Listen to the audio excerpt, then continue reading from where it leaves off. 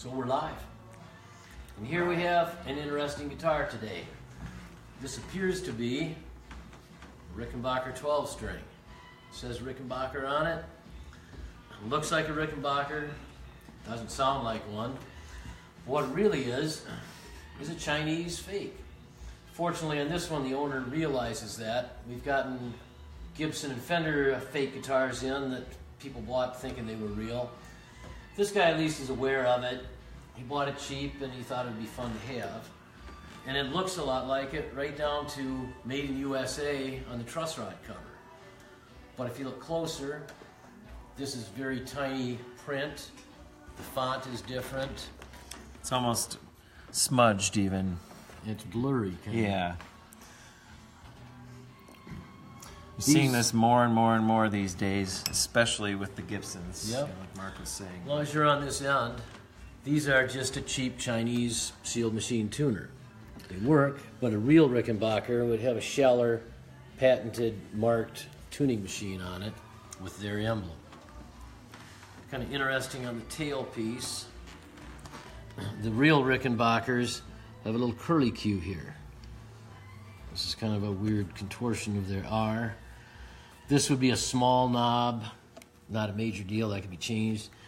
This is major. A real Rickenbacker would have binding, white plastic like we have on the neck, finishing off the F-hole.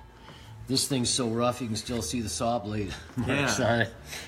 And I remember seeing a couple photos online that looked like they didn't have the binding, and I was curious and never got to see if maybe those were fakes as well, or if that was just a cheaper one that Rick did. But either way, none of them looked this rough. No, they were jagged. Finished off nice. I was looking a while ago at a natural finish online, and I don't believe it had binding. I believe it was just natural all the way, but it was still finished and shot with finish. Pickups on a Rickenbacker would have individual screw heads. This is just a cheap Chinese generic pickup. Yeah, pretty sloppy filler work with some of the inlays, those types of things. If you get used to looking at a fret job on a lot of these Chinese fake guitars, you'll notice that the fret jobs are just terrible. There's a lot of fret ends that are sticking up on some of them, and just frets in general that are not seated. So you can see gaps basically between the wood and the fret, and just areas where the frets are either popped up or not level, and they are quite rough. Did you get a shot of the truss cover a little, or the truss rod? Not once we got adjustment.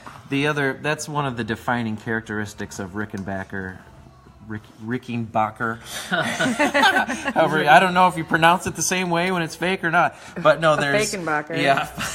They call them chickenbackers. Right. But the real Rickenbacker truss rods are very unique, and there's nothing like them. They're actually kind of a giant pain for techs over the years in their own right and for other reasons, and there's some ways that this might actually be more functional, but this is a tried and true Chinese truss rod, and it's not the definitive Rickenbacker truss rod. You can tell right away, and that is one of the first things with all these fakes that will help you identify that, Gibsons and everything else, because Gibson also has a very unique and just a signature truss rod adjustment nut, the way that it works. Gibson has a brass truss rod nut that takes a wrench like this to adjust. The cheapo Chinese stuff, which is in every Chinese guitar, uses a tried and true Allen wrench. 4 or 5 millimeter Allen wrench. So, yeah, that's. And there's, a true Rickenbacker aficionado would probably spot other things, details we're not getting into. If you looked at the electronics, you're going to be Chinese pots. Yeah.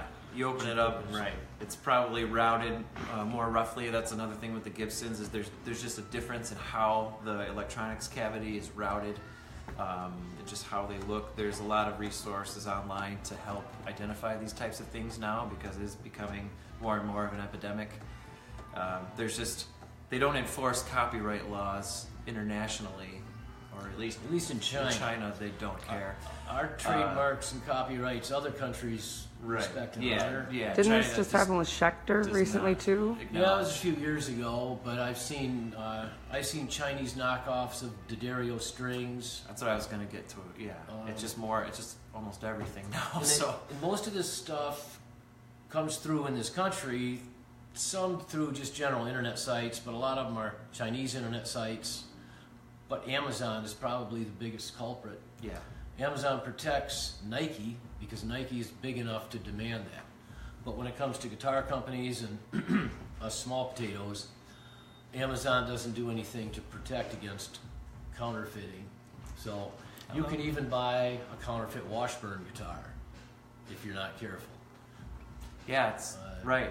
Just about everything up there. Chinese copy of a Chinese guitar. Right.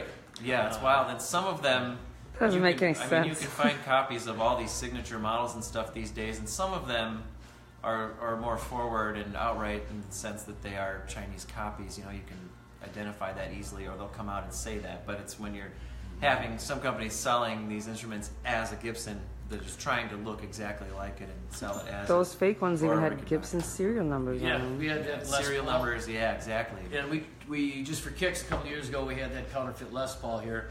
We went on Gibson's site and punched the serial number into their serial number locator, and it came up as a legitimate guitar and told us what year and month it was produced. And so it's just something to be aware of. It's not just in Gucci products and $100 bills. Right. Everything's counterfeited. Hopefully sunglasses. If we can take just a quick minute. I was looking up a Sennheiser wireless microphone manual the other day, and I came across a YouTube video on counterfeit Sennheiser wireless. So even something like that, and there was very minor differences. There was a misspelled word in the menu and a little mark on the back of it, and that was the identifying factors of a counterfeit Sennheiser wireless. So SM58 microphones, 50% of them out there online are counterfeits. Especially if it's an unknown seller or Amazon. Scary. So be careful.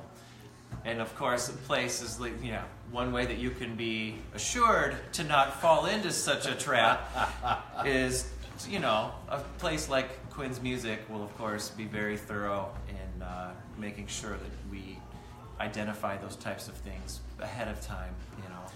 We don't get that stuff new. Obviously, we get the real stuff, but even used instruments, we're on top of that sort of thing and make sure. Had that SG a couple of years ago that the guy told us when we dealt with him that it was a copy and Chinese made, and we sold it as such after we fixed it up. And so, what's happened to it since? Who knows? Right. Yeah. Looks like we have a customer here. I'm going to park. Yeah, right. Hi. Andy will finish up. I think that pretty much covers it. I also just wanted to add, for those that may be wondering, we had talked about doing a couple other videos, and we will be getting to those videos as well pretty soon. I want to talk about a little bit of maintenance. Somebody asked about cleaning and maintaining fretboards and frets. So we're going to talk a little bit next time probably about just maintaining the guitar. What's that? The humidity. Oh, and then, the next thing that someone had also asked about was controlling and just paying attention to humidity, what to do about that with guitars, what guitars need more attention with that, and what you can do about that. We're just coming out of the intense dry season, so it's going to be a little less imperative over the next few months, to keep your guitars humidified, but you can go in the opposite direction too and run into too much humidity at times or too much heat. So we'll talk about that kind of stuff as well. Okay. Any questions? We have some people Raise your watching. hand if you have a question. No one's commented yet, but we do have some people watching. Still Processing still. Just loads of information. That covers it. I mean, if it looks fishy, there's a good chance that it might be.